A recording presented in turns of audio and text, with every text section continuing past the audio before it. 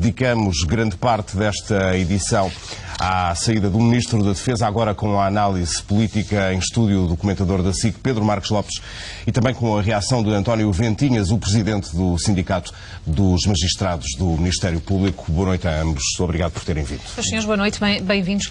Pedro, esta foi de facto uma admissão que se foi tornando evidente com o passar do tempo e que, no teu entender, acontece agora e não mais cedo por alguma questão em concreto. Não, a situação tornou-se absolutamente insustentável desde o momento em que se soube que o ex-chefe do gabinete do Ministro Azeredo Lopes tinha tido conhecimento, tinha-lhe sido enviado um memorando. E o que é notável é que o Ministro não percebeu a responsabilidade política que esse facto tinha. Aliás, a própria carta de demissão do Ministro mostra que ele nunca chegou a perceber bem qual era o papel dele dentro do Governo e o que é ter responsabilidade política.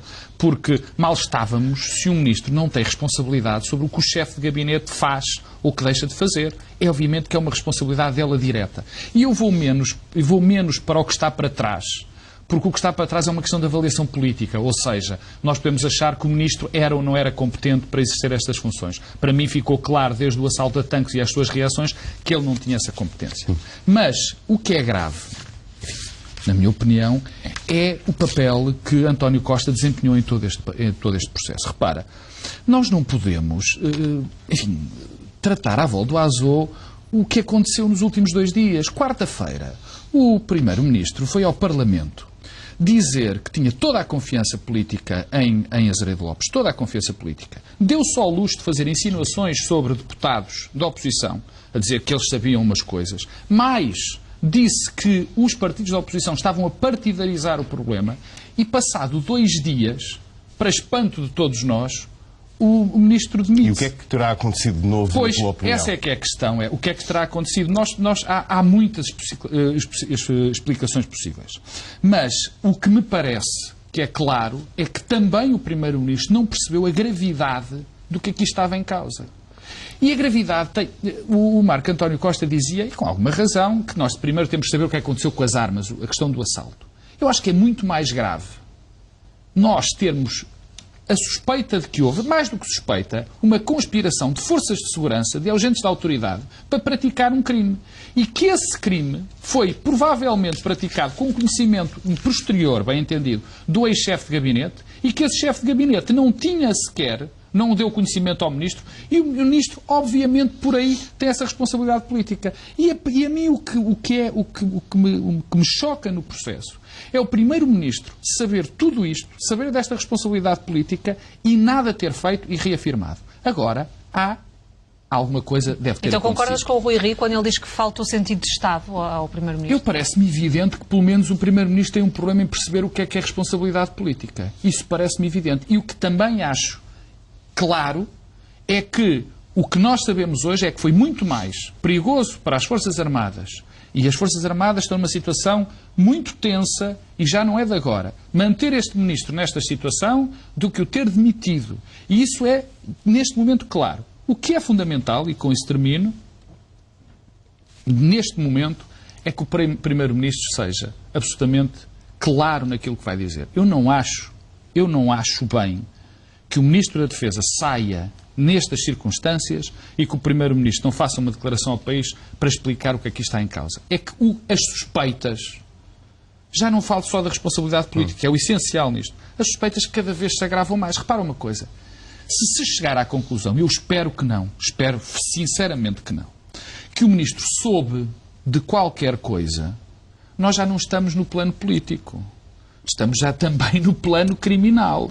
Portanto, esta é a dimensão real do problema. Portanto, este problema não vai acabar. E se o Primeiro-Ministro acha que, tirando o Ministro Azeredo Lopes do cargo, este problema resolve a questão, está muito enganado. António Ventinhas, todo este caso do furto em tanques, depois da recuperação das armas, ou da encenação para a recuperação das armas, acabou por trazer ao de cima as tensões entre a PJ e a PJ militar.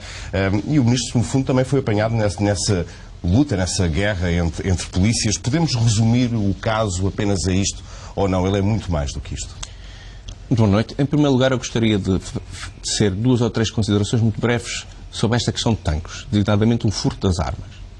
E o furto das armas, desde logo, revela o abandono das funções soberanas do Estado.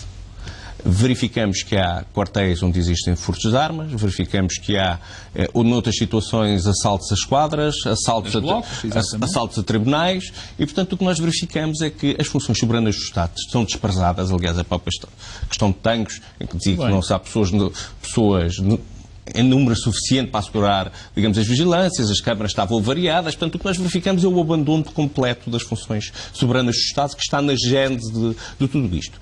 E depois temos um problema também, que no que diz respeito à Polícia Judiciária Militar, temos uma Polícia Judiciária Militar que não é uma verdadeira polícia. Ou seja, temos uma Polícia Judiciária Militar em que os membros da Polícia Judiciária Militar desempenham funções em comissões de serviço. Ou seja, estão lá um número de anos e depois voltam às suas funções como militares.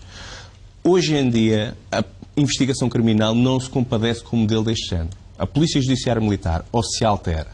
Realmente há uma polícia, digamos, com uma carreira em que as pessoas estão especializadas e que têm uma mentalidade de polícia, ou se são militares que realmente vão ali um tempinho e depois regressam às suas funções de origem, estas pessoas não raciocinam como a polícia. E, portanto, se não raciocinam como polícia, raciocinam como militares, sendo certo que as polícias têm que ter uma interação, neste caso com a autoridade judiciária, o Ministério Público, e quem tem o raciocínio de militar tem uma interação com as suas hierarquias. E é isto que tem que acabar. Ou seja, a Polícia Judiciária Militar tem que se tornar uma verdadeira polícia. Mas, António Ventinhas, mas não acha que nesta situação, e muito se falou sobre a passagem da investigação da PJ Militar para a Polícia Judiciária, não acha que isso também acabou por potenciar tudo o que se passou a seguir? Eu penso que não, até por uma razão muito simples. O titular da ação penal é o Ministério Público, e o Ministério Público é que determina em cada momento quem é que deverá efetuar a investigação. Designadamente, a Polícia Judiciária Militar tem competência originária para investigar este tipo de crimes, designadamente praticados em instalações militares, mas em determinados casos de complexidade, que tenham até possibilidades de ramificações internacionais, ou que sejam especialmente organizadas, o Ministério Público pode delegar essa competência na Polícia Judiciária, digamos, dito normal. E foi isso que foi feito, e bem, pela anterior procuradora. A JM é que não gostou muito.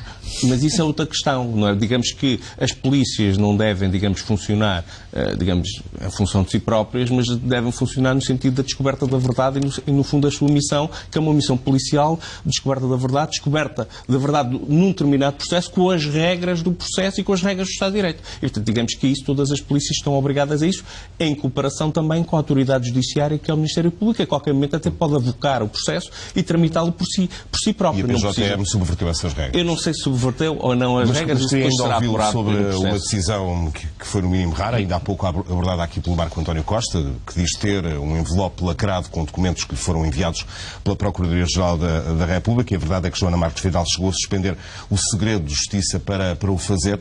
Não acha que fica aqui aberto um precedente perigoso? Eu não conheço o caso em concreto e, portanto, não me irei pronunciar sobre, digamos, as questões concretas que suscitam aqui. O que eu posso dizer também no dia que a Procuradora-Geral toma posse é que este será mais um dos desafios, este processo, que a atual Procuradora-Geral, que tomou hoje posse, a doutora Lucília Gago, terá para o seu mandato, que é um caso também extremamente mediático, com todas estas ramificações, digamos, com não só judiciais, mas também próprias questões de Estado, digamos, a própria Comissão de Defesa, digamos, que já está também, digamos, a tratar desta matéria, mas noutra vertente. Portanto, será um caso extremamente complexo e terá que ser gerido também muito bem pela atual Procuradora-Geral. Portanto, é mais um dos casos complexos que a atual Procuradora-Geral herda, digamos, para o seu mandato. Vamos aguardar também pelo que se segue em todo este caso, com muita coisa ainda por explicar. É a única certeza no meio disto tudo. Pedro Marcos Lopes, António Ventinhas. Obrigado aos dois. Muito obrigado.